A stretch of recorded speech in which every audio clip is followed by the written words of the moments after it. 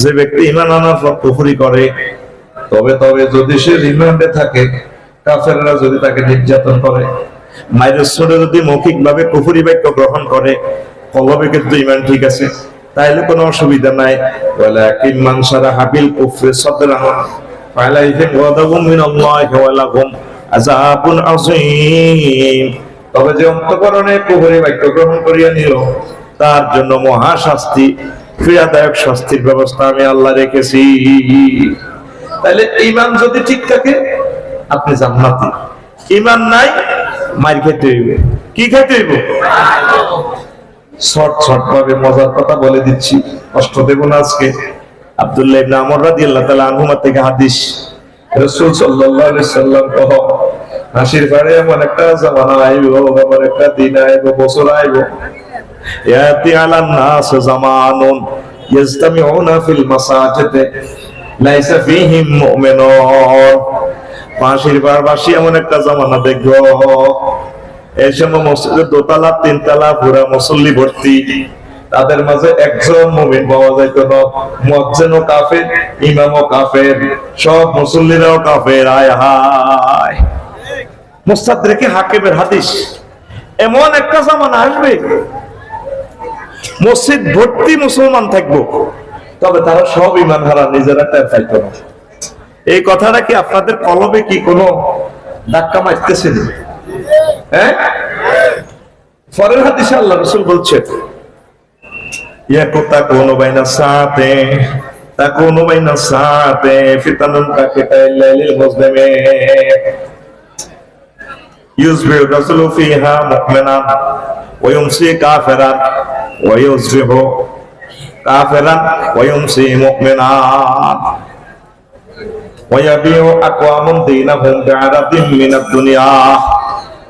এমন একটা জামানা আইব, তিরমিজি শরীফের হাদিস, হায় হায়, কিয়ামতের আগে ফিতনার ফিতনা, অন্ধকার রাতের মতো ফিতনা দেখা দিবে আমার উম্মতের মাঝে।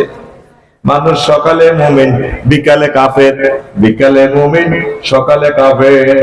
তখন মানুষগুলো দুনিয়ার স্বার্থের কাছে ঈমান বিক্রি করে ফেলবে।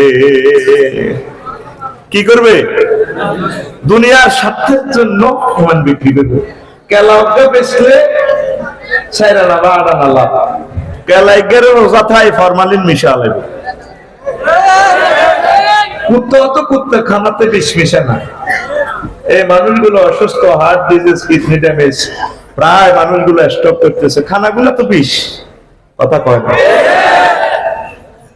এরা স্বার্থের কাছে ঈমান বিক্রি করে ফেলবে। আমার বন্ধু বুড়া মানুষ, কমলনগর উপজেলা থেকে আমার ফোন দিছে, ওই আফসারি কিনলে ওয়াজ খরচ। বললাম ভাই কি হয়েছে? কি ওয়াজ খরচ? উপজেলাতে আছে একটা কাজের নাই, জোর নোয়াজের জমাত শুরু হবে। আরে কইতে আছে অফিসে, কতে আসো আজাদ দিলে কাম হয়ে যাবো, দিবি দেন দেন, জমাত খারাই গেছে, জমাত ধরন লাগবো। দেখছেন নি না, এতে এতে গোসল আর হিয়ান্তি কিতা কর, জমাত খারাই গেছে, জমাত ধরন লাগবো। কথা ঠিক নেই? এই সেই জামানাতে আমরা আসি গেছি। জাগা 15 ডিসিমেল আমনগো বাড়ির, আজ 54 বছর খাইতে আছে মন্দ। আমিনের ডাব খাবাই বিএস রেকর্ডে 16 ডিসিমেল উড়ে আলাইছে। এবার এটা অ্যাটেস্টেড হয়ে গেছে। চেয়ারম্যান সাহেবের ফোন দিয়েছেন, ভাই আয় তো আমরা নির্বাচনে বহুত কষ্ট করছি। ও আচ্ছা, কি হয়েছে? বাতি যারা আর 1 ডিসিমেল দখল করে আমিনের ফোন দিয়ে দিছে, কত 20,000 চিন্তা করিচ্ছে। জায়গা কেন দখল করার লাগে এটা আয় জানি, তুই শুধু কড়িটা লাগাই দিবি, আয় জায়গা দখল করিলে। টার্গেট হলো কি 54 বছরের জায়গায় মাফাত দরকার হয়। অনয় বাতিজের ঘর হুবের বাইর হুবে দিতে জাম গাছ আর ভেন্ডি করি গাছ আছে 15 লাখ টাকা। এই গাছিগুলোর দিকে বুড়িগা চোখ গেছে। এরকম সিটিং বুড়িগা হাজি হেদায়েতুল্লাহ বর্তমানে আমার মাহফিলে না।